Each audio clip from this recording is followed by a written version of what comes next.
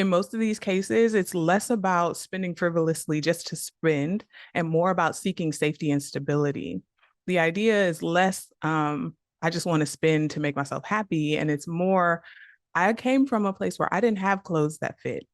My shoes had holes in them. My house had, we didn't have, there wasn't a sense of safety around where I grew up, or, my house didn't feel safe at all. There were things that didn't work, or, those types of things. And so now that I can afford to spend my money in the way that I choose to, I'm going to make sure that my house feels the safest that it can feel. I'm going to buy all the things, all the pillows, or all the, the cozy things to make my house feel great. And I'm also going to buy the shoes that, don't have holes in them. I'm going to spend my money on things that make me feel safe and secure, because that's what was missing in my childhood. Hey guys, it's Chelsea from The Financial Diet, and welcome back to an all-new video essay. This is going to be a rather heavy one because, quite frankly, it's a bit of an emotionally charged topic for me. It's something I've spoken about many times before on this channel, but if you're new here or haven't seen those videos, I am someone who grew up low income. And although I am very financially stable now, there are many ways in which that experience of growing up without much continues to impact my life and the way I view the world. We were actually at our lowest income when I was a child. I was living in North Carolina, and although we were already privileged in the sense that we didn't go hungry, we had a roof over our heads, money was definitely a very big struggle for us and something that was a big presence in my little child life. And I was also lucky, even though we were very low income, in that I was able to go to a magnet school. I actually was in a little lottery for the kids in my public school who qualified to get into that magnet school, and I think out of like a dozen or so of us kids who were able to go, and they literally drew little balls with our names on them, and just me and I think a few other children were picked to go to this school that was probably about 30 minutes away by bus, but for me felt like a completely different universe. In addition to going to a magnet school as a low-income kid, I also had a few other advantages. I was an only child until almost 7 years old, which meant I got more of my parents' time and resources. I also lived in a two-parent home, which becomes less common the lower your income is. And both of my parents were college educated, which is quite rare for being at that income level. So even while being very low income, I still did have a lot of advantages. And interestingly, when I was a preteen, I moved to a much more affluent area. By that time, my family was more financially stable. We were still what I think you could consider lower middle class, but we were more middle class. And superficially, you would think that that made my financial situation feel better. But when we were at our poorest, we were living in a very low income area. All the kids that I grew up with, that I knew in the neighborhood, they didn't have much either. And even most of the kids at the magnet school didn't come from a lot of money. But in this very affluent area, I was often surrounded by kids who came from pretty substantial wealth. It was not at all uncommon for kids to get luxury cars for their 16th birthday. Many of the homes and neighborhoods in my town cost millions of dollars. And in order to make money as a teenager, I mostly worked for these very rich people who lived around me because, quite frankly, that's where the money was. I was a nanny for high net worth individuals. I worked at expensive restaurants and bars. I also worked at a yacht club for several years, which is literally just a country club for people with yachts. Here's a real anecdote from that time, by the way. In fact, at the yacht club, there was once a big uproar because several of the yacht club members, who I guess had been frustrated at how frequently the employees were quitting because of some of the behavior that was going on, started a group amongst themselves that was called YACHT, which was an acronym for Yachtsmen Against Constant Help Turnover. So hopefully that anecdote gives you an idea of where we were seen in all of this as the help. Point being though, I initially started the Financial Diet about 10 years ago because I was in serious financial trouble. I had gotten into a ton of credit card debt, which had gone to collections and destroyed my credit score. I had drained all of my savings. In fact, I actually worked even just for pocket money from basically the age of 12, babysitting kids in the neighborhood, and I had saved 75% of everything I had earned from the ages of like 12 to 18, which left me with about $12,000 in a savings account, which I proceeded to spend in the span span of a few months at 18 years old as soon as I got access to the account. And then on top of it, I spent all kinds of money on credit cards. I even stole money. I was basically just obsessed with getting money as much as I could to buy the things that I was never able to have. And I wish that, like some people who went into debt for things like an education or buying a home, I was at least doing something productive with all that money I coveted, but I mostly was just looking to buy things like brand name clothes or go out to nice restaurants that I couldn't afford or just feel like I was living a life of luxury. Because quite frankly, that's what I was exposed to. And I remember very distinctly feeling the difference of being around all these kids who had so much and never having any of it myself. I used to feel very ashamed that I had never traveled outside of the country. I'd barely been on an airplane. I didn't have brand name anything. I didn't even have a car. Point being, my anxiety from not growing up with a lot and then being surrounded by people who had so much really manifested in my finances well after I had every ability to be taking better care of myself. Because in some ways, those psychological impacts linger with us regardless of our financial status. There are many ways in which growing up poor continues to manifest in our lives, even in our literal bodies, that make it so that even if we do change classes, for many people we will always remain somewhat clockable as having come from very little. And despite what we convince ourselves and our obsession with this idea of the self-made man, there is actually a huge amount of stigma attached to coming from a lower income background. And even if there weren't, the entire concept of the American dream and that ability to better your social status is built on pretty false premises. So what is the American dream? Simply put, we believe in this country that if we work hard, we can do well financially, and this often means better than our parents did. And this is something that we tend to think on average much more than countries who actually do better than us. While we do have on average lower class mobility than much of Europe, especially in places like Nordic countries, we fear poverty much less, or we at least believe that it is more escapable. Quote, according to the World Values Survey, a respected international study of socioeconomic views, 70% of Americans believe that the poor can escape poverty if they try hard enough.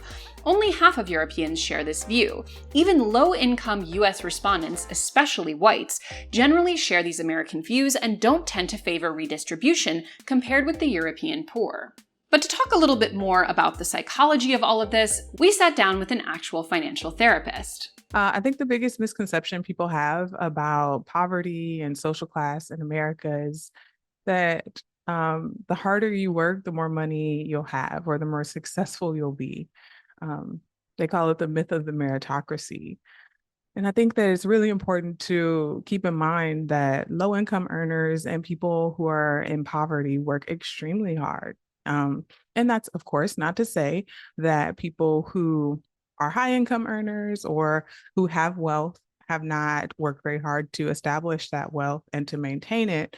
But the insinuation that low-income earners are either lazy or they don't have because they don't work is simply false. And I think that's something that is really dangerous and harmful to our psyche, our collective psyche. Now, aside from our personal obsession with the American dream here, I think, especially compared to Europe, this might have a lot to do with some of the other sources of their economic scarcity mindset, like, for example, living through 2 world wars on their soil in the past century. But this video isn't about European history. But either way, while it is definitely possible to change class, and I, again, am an example of that, the truth is that having grown up poor does tend to radiate throughout many aspects of our lives. And we live in a society that continually tries to remind us of where we came from, because ultimately, having poor people is of huge economic benefit. Everything from our psychological and physical health, to our aesthetic appearance and presentation, to our social and cultural norms and habits are deeply impacted by the class in which we grew up. And although America often likes to imagine itself a classless society, we go pretty far out of our way to make sure that if you grew up a certain way, it is very hard to make people forget. But before we can get into the long-term effects of being low income, let's start by understanding why there are so many poor people in America to begin with, and why they stay poor for so long. Because FYI, as of today, there are about 42 million people living below the poverty line in America. Chapter 1. Why poor Americans are great business. When it comes to the American view that everyone, if they're just willing to work hard enough, can be wealthy or at least escape poverty, there's a level of disconnect from financial reality that, at least in my opinion, starts to edge into hallucination territory. But this pipe dream that we can all become wealthy provides a great service. We have made it an individual or character failing if you don't have enough, which helps keep the working class from uniting along economic and labor lines and supplies a near endless force of workers who cannot afford to advocate for better wages or conditions. And I do want to be clear, this isn't just a uniquely American problem. Basically, every modern capitalist economy needs an underclass in order to provide cheap labor and maximize the value of the shareholding or owner class. But America does tend to have a level of stagnation amongst its poor that is pretty shocking for a developed country. Because more than a question of work, escaping poverty in the US is mostly a question of luck. By some estimates, it takes around 20 years of nothing going wrong in order to escape poverty. We recently did a TFC episode on one of the most common ways in which things go wrong. Getting sick, something that has basically become a luxury good in this country and is one of the leading causes of bankruptcy. We tend to put huge pressure on poor Americans to make all the right decisions, which in my opinion is a huge ethical issue because we don't put nearly the same pressure on people of higher incomes, even though statistically they're just as liable to make bad decisions.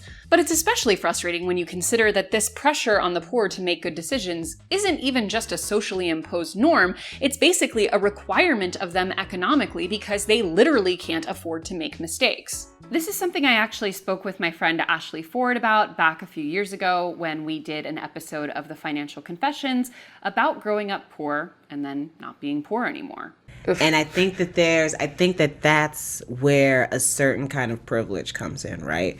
And that's not like it, and I think that while, privilege works in hierarchies, these people have this much privilege, these people have this much privilege, but everybody got a little bit, you know what I mean?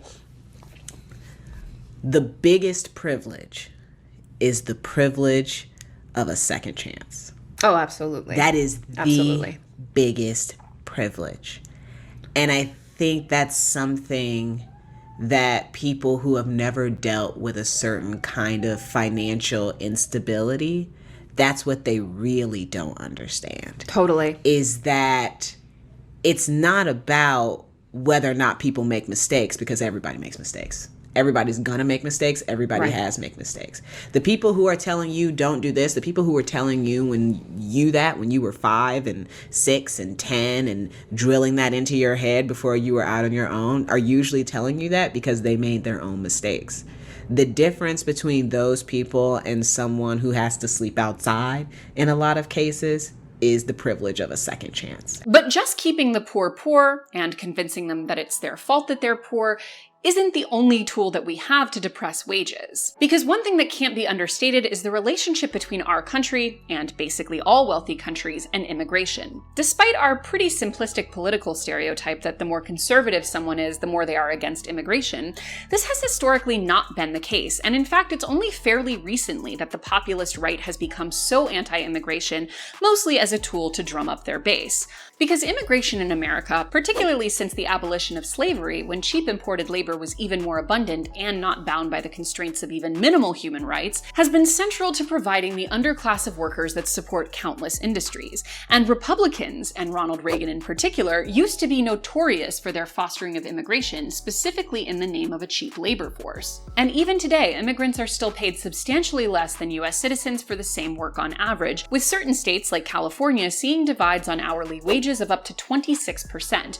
And this is especially prevalent in sectors like agriculture, where immigrant workers make up a disproportionate percentage of the workforce. But between these economically necessary waves of immigration, which we then stigmatize and demonize, and the US-born poor and working classes who we similarly demonize, often for taking the social subsidies and programs that they rely on because they are not paid a living wage, our entire economic model relies on the poor being poor. And the fact that it's so difficult to escape from that poverty and to get to a place where, for example, you might be able to afford to advocate for better wages or wait for a better job or, God forbid, unionize, is very intentional. To talk a little bit more about the actual physical structure of poverty, we spoke to transit expert, urbanist, and friend of mine, Gordon Chaffin. American culture and history makes it feel like poverty is a problem for the people in poverty to solve with hard work and, pulling yourself up by your bootstraps.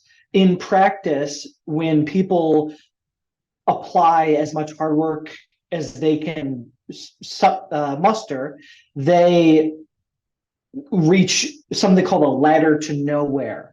This is a term that's used with people who help the homeless as it regards housing vouchers, but it applies generally to lots of different services and necessities of life where people, let's say they get an education, they are able to get a better job with more demands, and then childcare becomes more expensive, something that they need in order to be at their job.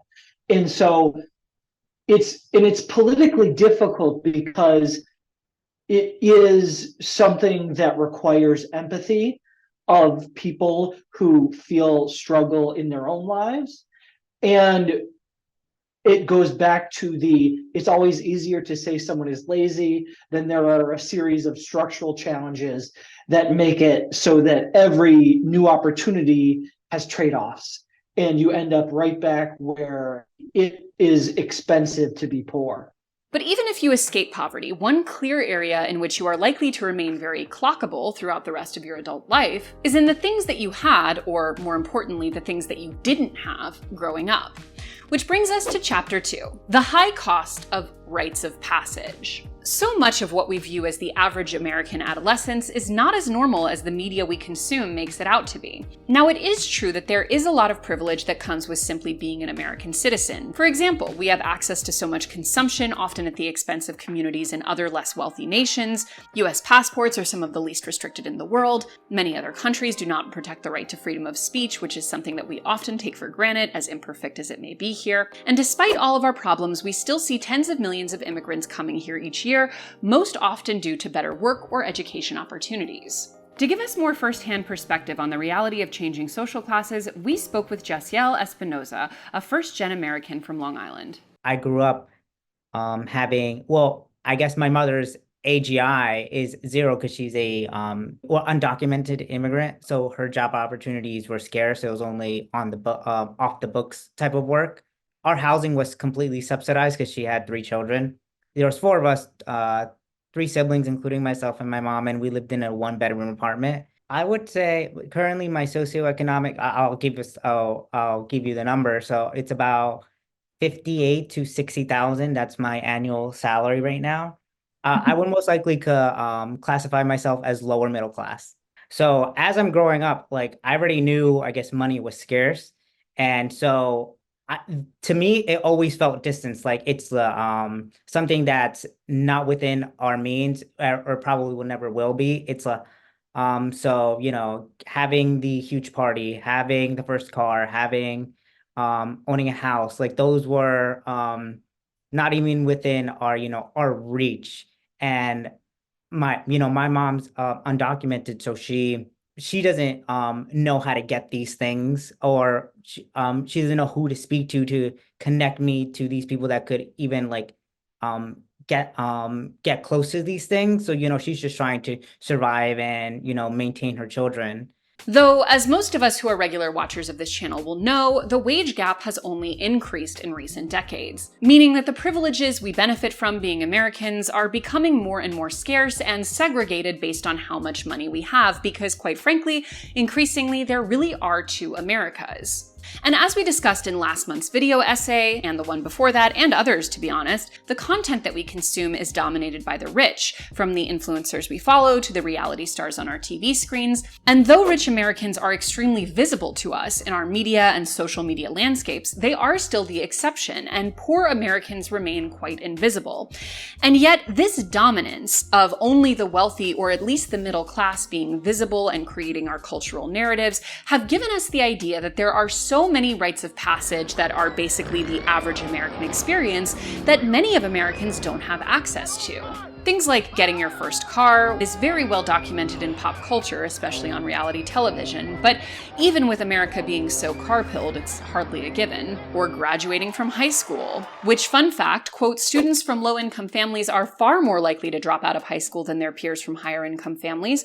In 2016, the number of students aged 16 to 24 who did not complete high school was 3.7 times higher in low-income families compared to high-income families. Then you have things like extracurricular activities, such as advancing in a club sport or earning an Eagle Scout. Quote, a family that makes less than $50,000 a year spends an average of $523 on one child's primary sport. Families that make $50,000 to $149,000 spend $940, and families that make over $150,000 spend about $2,068 on one child's sport. This means children whose household falls in the lower income spectrum will likely compete in a less expensive sport if they're able to play at all. Then you have the quote, college experience. It's pretty well known by now that your zip code and family background are going to be the biggest determinants of whether or not you go to college, especially to an elite university.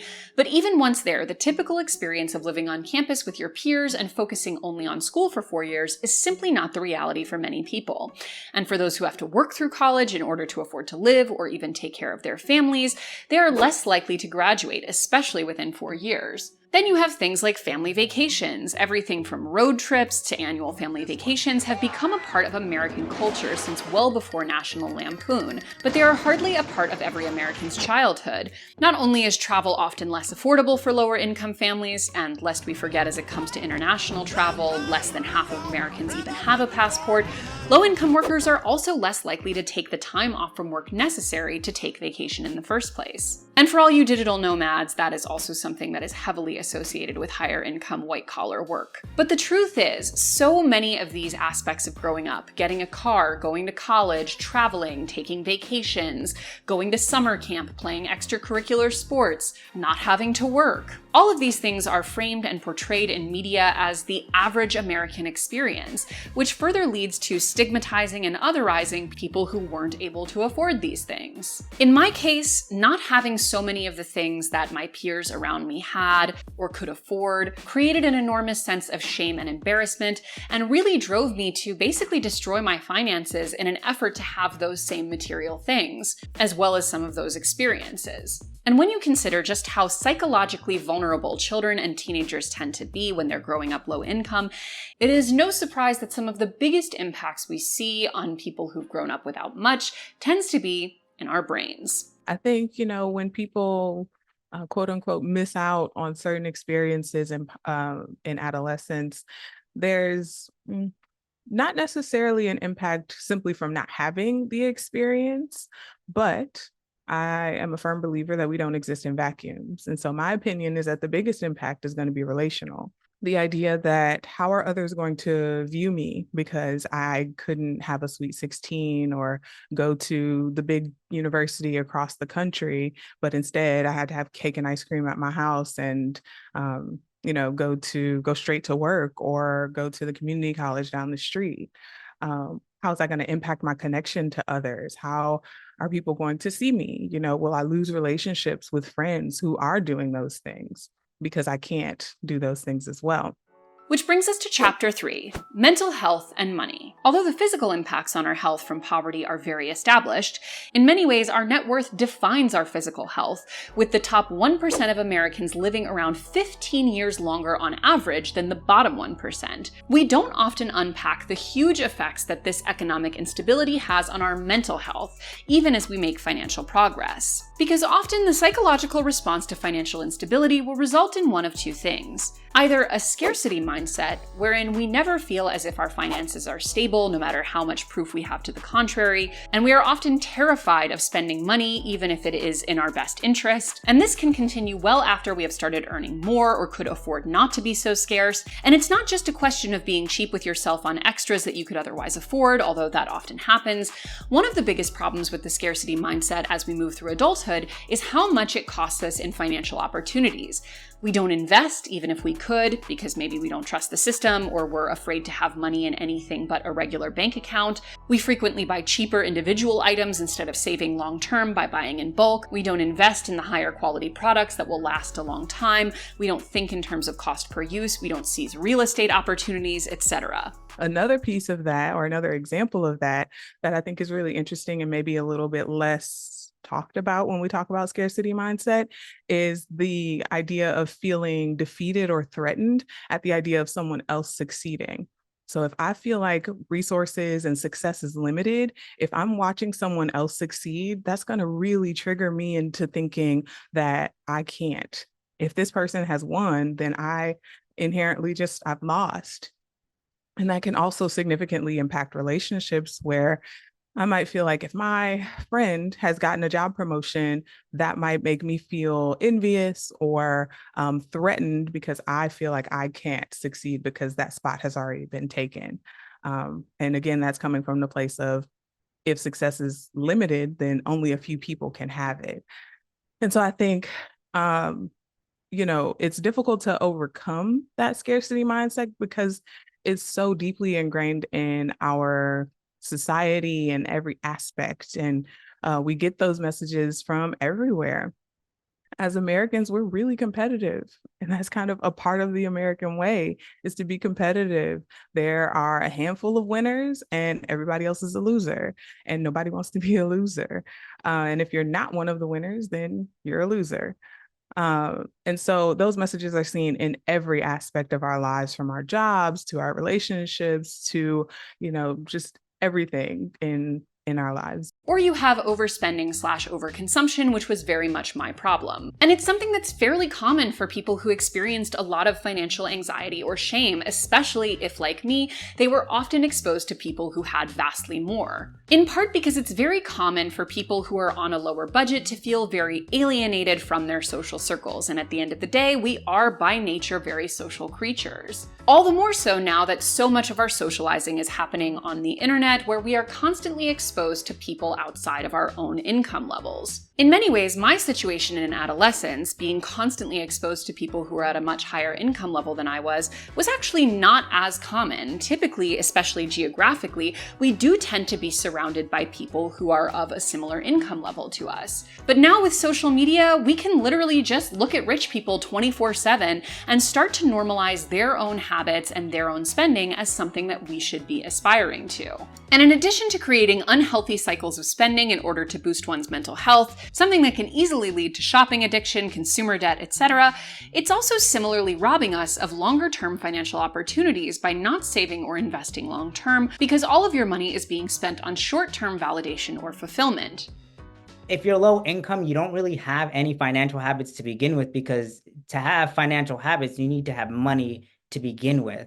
So it's hard to develop habits other than, saving and hoarding. Like, you don't really get into the intricacies of like how to manage money when you have no money. I think the phenomenon of people getting into cycles of overspending after coming from a low income upbringing is it's really interesting. And I think there's a lot of nuanced contributors to that type of behavior. The biggest being that it's about safety and security most times for these overspenders. I work a lot with high achieving women of color, and with a lot of my clients, the idea of cross-class growth comes up a lot. And that is the notion that, or the experience of growing up in a lower SES, socioeconomic status, than where you currently are as an adult. And so what I hear a lot from my clients is, I didn't have this growing up. And so now that I do have, or now that I can spend, now that I have a bit of control around how I spend my money, I work hard. I deserve it. I deserve to have these things. I deserve to buy whatever, whatever I want, whatever makes me happy. And in many cases, even if you are able to change your socioeconomic status, if you grew up poor, chances are the people around you haven't. And one of the biggest differentiators in someone who changes social class is actually not in their own financial journey, but in the journeys of the people around them. I think that when people experience a level of that cross-class growth, or they exist in a different socioeconomic place than their families of origin, they're in some cases, there does come with that the added expectation to take care of the family. And I think that comes with two separate things. Or it can come from two separate places. There can be the cultural expectation that, more collectivistic cultures may place a lot of emphasis on taking care of the family, more so than, taking care of yourself as an individual. And that, just is what it is. And it's a cultural piece. But then there's also this burden or this desire to give coming from a place of survivor's remorse. So if I, as a person who has, engaged in cross-class growth and I'm making more than my family of origin, I may feel as though I've gotten out of a situation that has been dangerous or is negative in one way or another, and I may feel guilty. I might question, like, why me? Why did I get out of this situation? Why do I make all the money now? And what did I do? What's so special about me? It can't be overstated how different it is to be a high earner who came from high earners versus being a high earner who came from poverty. Often, even if these people are financially stable themselves, they're on a hamster wheel of supporting older generations who cannot support themselves, as well as lateral family members like siblings or cousins, or even nieces and nephews. I would say so, that there's a big familial obligation with Latinx households where they feel like they're obligated to help as much family as I can. Unfortunately for me, like family, family is a social construct. Your family is who you choose to associate with, who empower you, who help you through the rough times.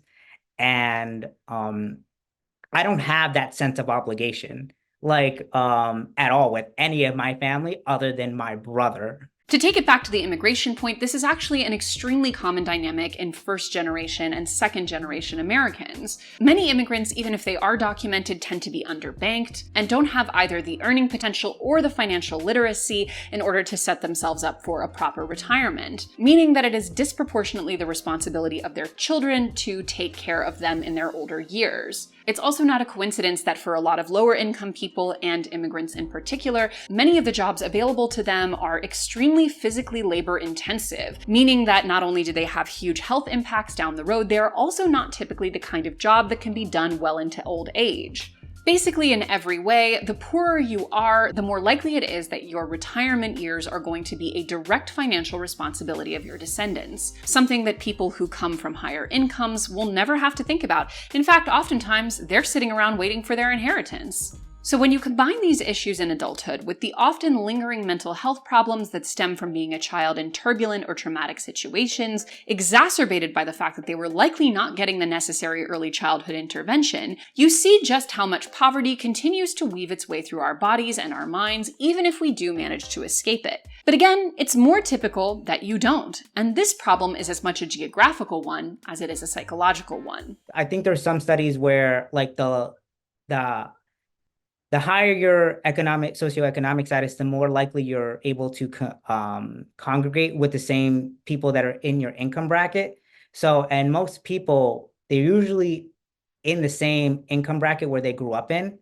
So most people that I'm working with, grew up middle class, and there's a sense of like animosity and jealousy that I can't get rid of. This has been going on since college, where like they just have like very I don't want to use the word privilege, but I guess like middle class like childhoods, and it's just like it infuriates me, like the amount of, I guess, jealousy and animosity just like harbors inside me. And it's, just something that I have to work on, but it's hard to say, I was like, wow, I didn't get that as a child. Like these are normal everyday occurrences that they had and I didn't. And I mean, I don't know how to solve that issue, but it does, it feels like you basically like had no childhood and you're just surviving, versus wow, what they experienced was an actual childhood. And the feelings are definitely there and present. And depending on the type of person you are, you could either, grateful, or you're like me, you have like a bunch of animosity. And it's not their fault, but you're comparing lifestyles, and it's just like, wow, like I really wish I had that. My current partner, he grew up very middle class. Well, I would say like middle to upper middle class. And it's like we're comparing experiences, and he's very sympathetic to, how I am. But it like just bringing up those memories of like, and comparing it to his, just like, it's not against him. It's 100% not against him, but it's just like the level of animosity that I feel. It's just like, that's so not fair. Which brings us to chapter 4, when just getting a job doesn't work. As we mentioned before, one of the most problematic aspects of American poverty is how much we have accepted that it is an individual problem and not a societal one. We previously did a video on how expensive it is to be poor, where we covered everything from predatory bank fees to the exploitative lottery market. And if growing up rich is like a cheat code for success, growing up poor is like playing with a broken console. Because, for example, when you're in poverty, it is basically impossible to keep up with the times or demands of the job market. And transitioning out of low-wage jobs is a struggle because of factors like the stagnant federal minimum wage and changes in corporate structure. Unfortunately, we haven't designed America so that jobs are always easy to do. And school is connected to jobs, and your housing is connected to job locations. And so in America, we end up with a situation where there's a geographical imbalance between good, well-paying jobs and a lot of the easier to afford places to live. And this is where transportation and mobility becomes a challenge, because in urban places, there might be transit services, but it might be quite complicated to get the longer distance between an affordable place to live versus a good job. This is especially true when you look at housing for ownership rather than housing for rent.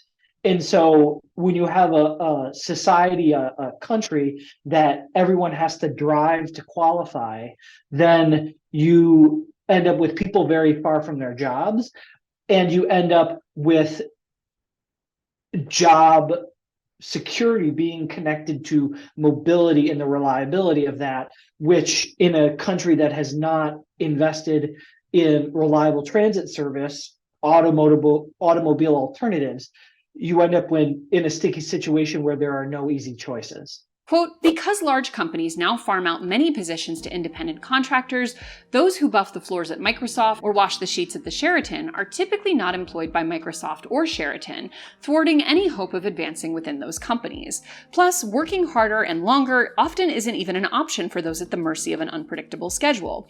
Nearly 40% of full-time hourly workers know their work schedules just a week or less in advance, and if you give it your all in a job you land with a high school diploma or less, that job might not exist for very long. Half of all new positions are eliminated within the first year. So how is someone supposed to look for a new job or dedicate time to developing a skill set when they don't have control over their schedule or actually have opportunities to advance? And breaking into the white-collar world is quite the hat trick when you don't grow up with the social norms or connections needed. White-collar work is defined by social norms and graces, as well as networking that can only happen when you grow up in a certain cultural environment.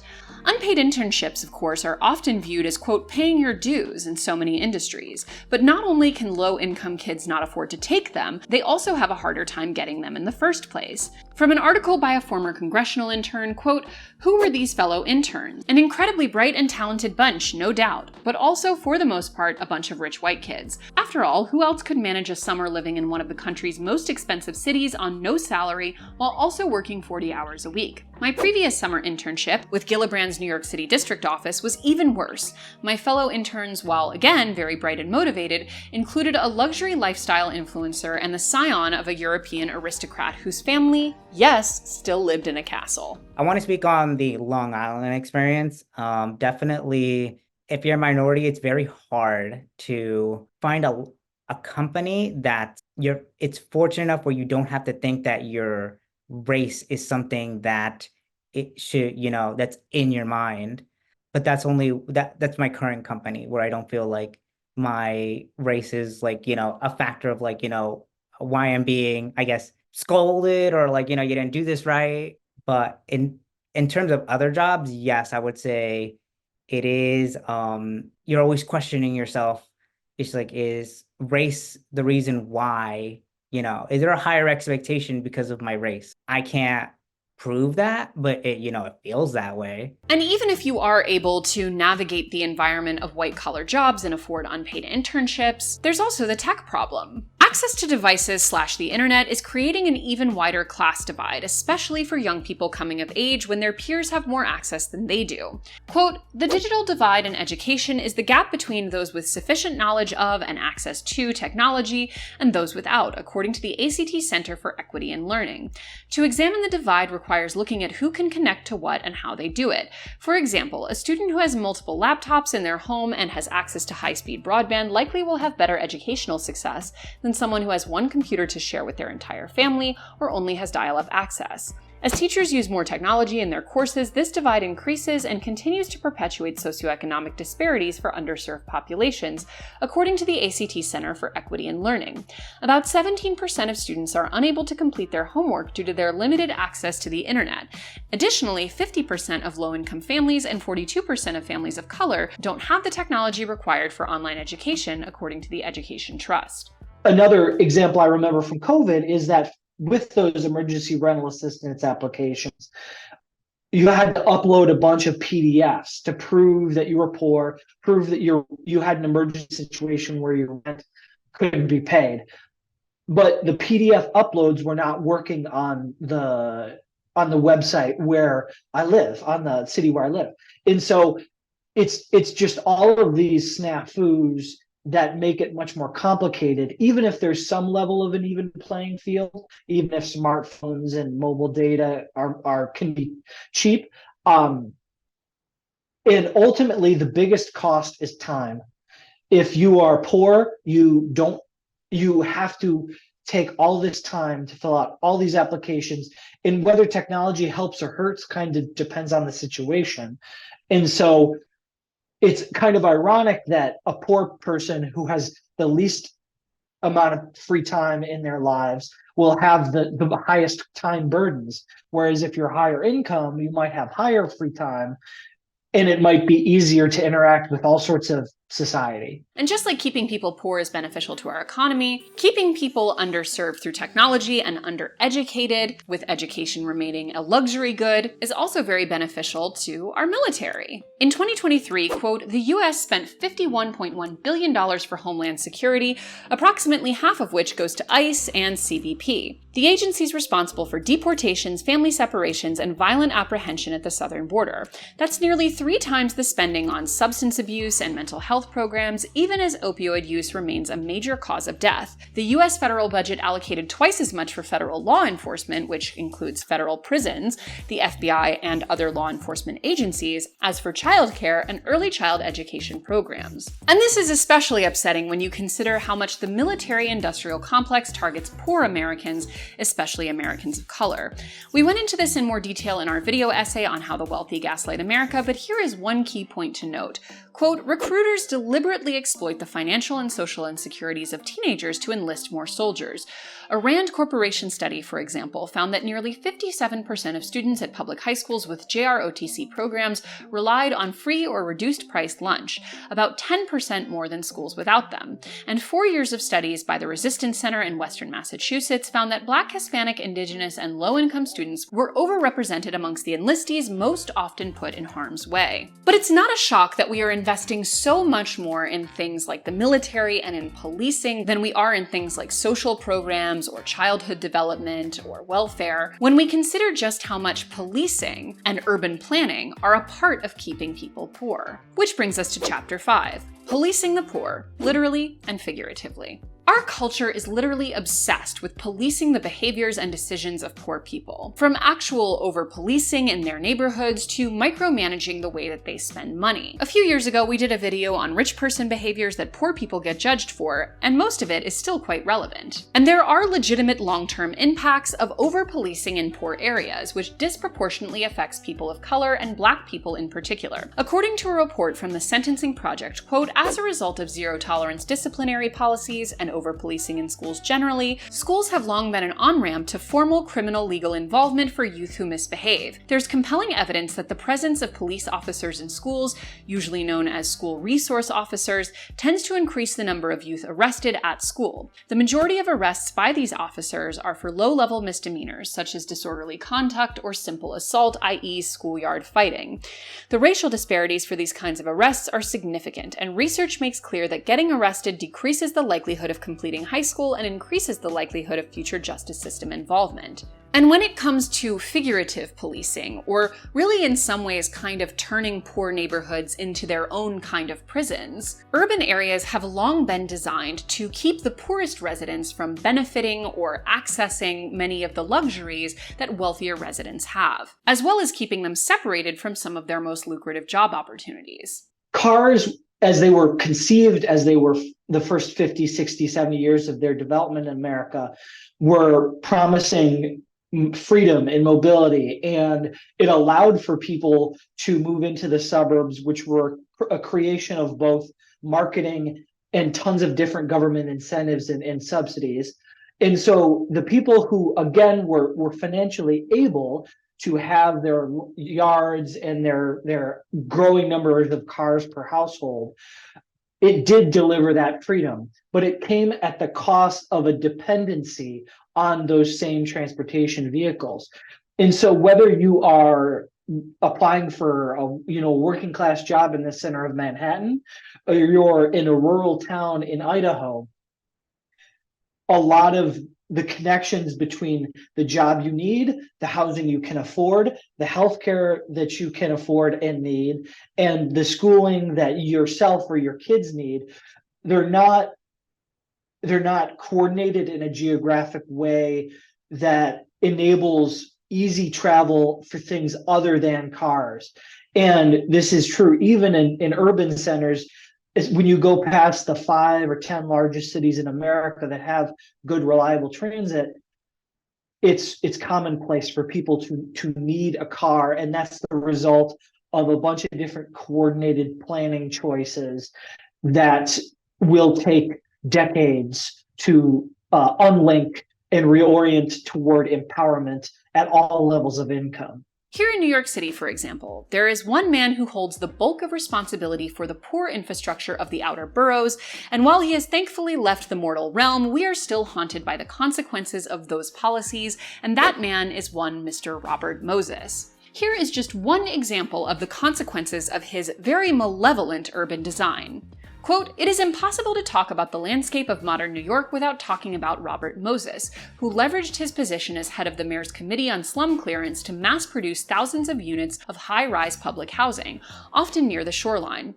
His shadow looms over much of the havoc wreaked by Hurricane Sandy. Today, in the aftermath of the storm, it's hard not to see the Rockaway projects as inherently flawed, doomed not only by their exposure to the storm-churned waters of the Atlantic, but by their very design. Densely populated without any retail space and isolated from the rest of the city, the mostly poor residents have relied on help arriving from the outside. Moses may have thought he was breaking up the city's ghettos. In fact, he was relocating them and setting them in concrete. But in most urban areas throughout the US, you can see very similar urban design in play. Things like putting multi-lane highways in the poorest neighborhoods, making them much less accessible by public transit. To take it back to Robert Moses, you should look into why buses can't often clear many of the city's road portals in and out of Manhattan, and just generally diverting resources away from lower income neighborhoods toward the wealthier ones. And lower income neighborhoods also have less access to things like green spaces and face health consequences based solely on their zip code. In New York City, for example, quote, "The average park size is 6.4 acres in poor neighborhoods compared with 14 acres in wealthy neighborhoods, according to an analysis by the Trust for Public Land. Similarly, the average park size is 7.9 acres in predominantly black neighborhoods compared with 29.8 acres in predominantly white ones. And lower income neighborhoods face greater instances of chronic health problems such as asthma. Quote, "Children who live in substandard housing are more likely to be exposed to asthma triggers like mold or pests at home, particularly in urban and low-income communities. When children are exposed to certain triggers in the home early in life, they may be at increased risk of being diagnosed with asthma. Consistent exposure to these triggers leads to increased risk of emergency department visits, hospitalizations, and unscheduled doctor's office visits. Housing conditions that facilitate children's exposure to asthma triggers are more common in older homes, which can be difficult and expensive to maintain. While housing disrepair isn't unique to any one community, it's far more common in low-income neighborhoods and for those with residents who are predominantly from underserved racial or ethnic minority groups." And according to a report from the US Department of Health and Human Services, across the United States, differences in life expectancy between high and low opportunity neighborhoods can be as high as 25 years. In general, we make it difficult in every way for people to escape poverty, including and up to geographically. And this is why things like comprehensive, reliable, and affordable public transit are such a major social justice issue.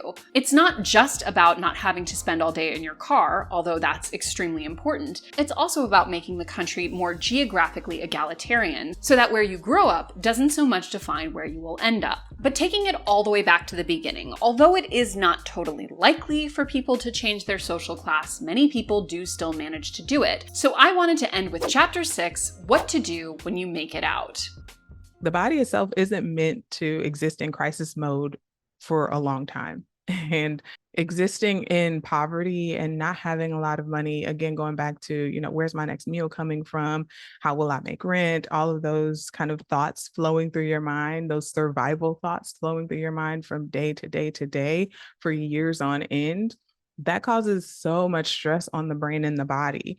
And what I've noticed in my clients is that even after a level of safety and security is established, those areas of the brain that are related to survival are still in overdrive. And that leads to, and it impacts their financial behavior.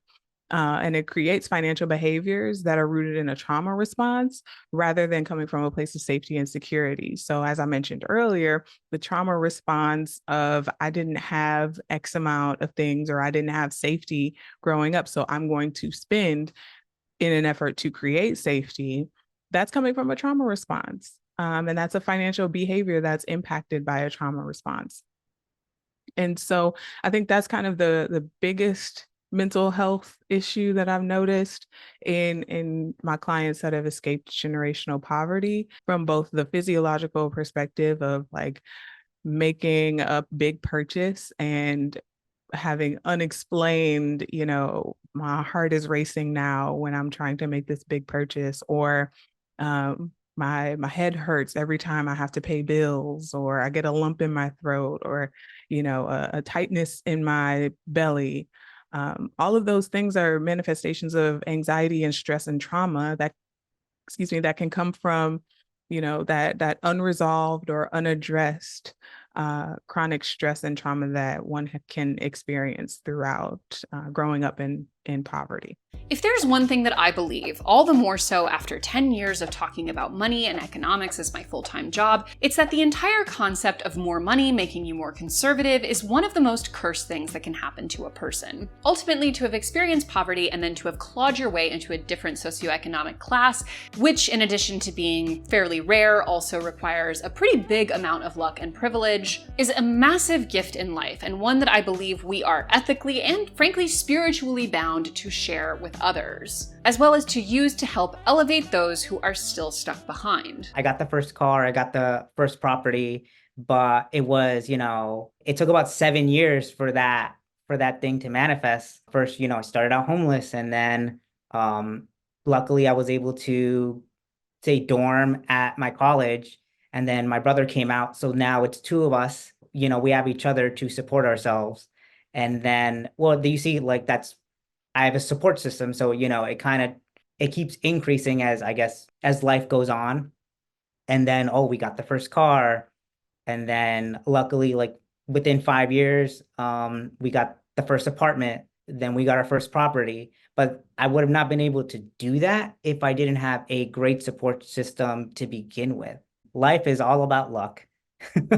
Like, it really is, like, the right circumstances at the right time with the right people. It really is like a selective lottery of how, if you're able to get into another socioeconomic class. We can sit here all day long and talk about what the poor and working classes need to do to improve their financial situation, but they are quite frankly getting enough of that from all sides, and I'm not trying to be another yelling at people that they're stupid for having the student debt that they incurred as a literal teenager and that every authority figure told them to take out in the first place, but also B, the less you have financially, at least in our society, the less leverage and power you have to actually help change things.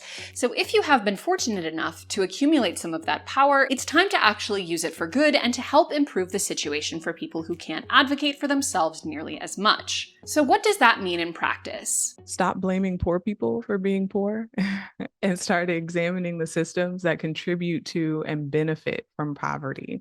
So just having an awareness around or shifting the perspective around poverty and its causes can be really helpful. And that can also lead me into my second point. That can lead you to voting and advocating in ways that align with disrupting systems that contribute to and benefit poverty. And then the third thing, which I think is really important, is to just start having conversations about money, talking with your friends, families, loved ones about money. It shouldn't be a taboo topic. The fact that money is something that is so emotional and so emotionally laden and often so shame-ridden creates this taboo nature around it that keeps people from having conversations about money. And I think that the systems that exist that perpetuate poverty and that perpetuate, the idea, the scarcity mindset, the idea that there are winners and there are losers and you can't be a loser. I think those things come from the idea that, or the fact that money isn't talked about a whole lot. And so if we have more conversations about money, make it less taboo, destigmatize and demystify money conversations, we can increase financial education and kind of take the veil off of some of the scariness that surrounds money, which can improve financial education and financial literacy, which can help people hopefully out of poverty. We need to vote, of course, for economic policies that prioritize the people who need them most, and that means things like raising the minimum wage and keeping wages generally tied to the cost of living, more affordable housing, especially in cities where housing is scarce, paid family leave and support for new parents and young children, cheap, accessible, reliable public transit, taxing the rich. One of my favorite facts, by the way, when people get all in their feels about how it's so un-American to have a lot of heavy taxes on the rich, is that if you go back to what many historians would consider to be the golden age of the middle class here in the United States, and you'll see that at the time, the very wealthiest were being taxed at upwards of 90% in the marginal tax brackets. Just a quick note on what marginal tax brackets are. Ding! And here is the actual percentage that they were being taxed at all the way back in the 1950s. Ding! So please feel free to use these stats anytime someone tries to tell you that what makes America America is the fact that rich people barely get taxed. I would say educating parents. I would probably say that's probably one of the ways you can alleviate poverty, because it's hard to from an individual level to view my mom as a victim of the system, because it's very hard. I had a very rough relationship with her growing up. Well, she had a third grade education. How can you possibly expect her to care for a child, and what are the long-term effects of maintaining a child? So maybe having accessible programs for immigrant parents this is what you need to be thinking about when you're raising a child. Also, in addition to voting, you can donate and volunteer to organizations and individuals who are actually doing this work and helping these policies get enacted. You can be transparent about money in the workplace, help advocate for people on your team who are paid less or have less leverage. You can support unionizing efforts, especially in industries where workers have historically been hugely exploited and underpaid. I'm looking at you, Amazon. Be financially empathetic and proactive in your social groups. Be conscientious of unintentional pressure that you could be applying to people who do not have your same financial resources or privilege. I'm looking at you, woman who went into $10,000 of credit card debt to go to other people's weddings. Let's stop punishing people for agreeing to be in your life moments. Contribute to mutual aid organizations for direct support to communities who most need it. Things like domestic violence shelters, support for people who are addicted or unhoused or in mental health crisis, people who can't access reproductive care, etc. Just generally continue to make what's happening to the poor and working class your issue, even if it's not technically your issue anymore. And of course, everyone should be doing this stuff always, even if they grew up rich, but we do have the political data to know that this is generally not happening amongst people who grew up rich. LMAO. My optimism comes from the fact that Americans are more than anything practical people. And so when you mobilize political people, which is just all Americans, when they get mobilized to vote and participate in open public planning processes, you can create a group of people who say, I want something different. I want choice. I want safety. I want a climate friendly solution to getting around for things that I need. And so it is daunting to disconnect all of these interconnected automobile-based sprawl creating policies. But once you start changing the incentive structures a little bit, making it a financial benefit to change habits, I believe that Americans will start making those changes. And it is not as idealistic as, you know, Jane Jacobs and the eyes on the street, as much as I'd like to say in my more poetic moments. But Americans, when you give them cheaper choices, when you give them more choices, and when they're safer and feasible, they will make those different choices. And so my ultimate belief comes from more people participating in public policy, in politics. And that's why I think lots of medium-sized towns in America, there's lots of low-hanging fruit of things like e-bike rebates, of bike trails in protected bike lanes, and of transit systems getting better after COVID, instead of a collective decision to let transit sort of continue dying. Anyway, basically just don't be a class traitor is what I'm trying to say here. Point being, if you are one of the lucky few who happened to live that American dream and change your class status, good on you. That's amazing. It's a huge accomplishment. But it is also a huge responsibility. And it's important to remember that if you grew up poor, no matter what your situation is today, chances are it's very likely that that historical financial instability is still manifesting in all different areas of your life. It is not your fault, and if you still are feeling shame or stigma or scarcity, or you're struggling with overspending or spending in an attempt to be a different person, know that this is totally normal, because ultimately poverty in this country is both a mental and physical health problem. The more we can speak openly about class and money as the very real identity marker that it is here in the United States, the more we can start to view this as a collective, align along our class identities, because trust me, the rich are doing it every day, and advocate for more collective justice. Because one person, or even 1,000 people, living out the American dream and managing to sell a little smiley face shaped sponge on Shark Tank for hundreds of millions of dollars or whatever the hell Scrub Daddy made, is not going to help the many, many people, and especially the many children who are still left behind. As always, guys, thank you for watching, and I will see you back here next month for a brand new video essay. Bye.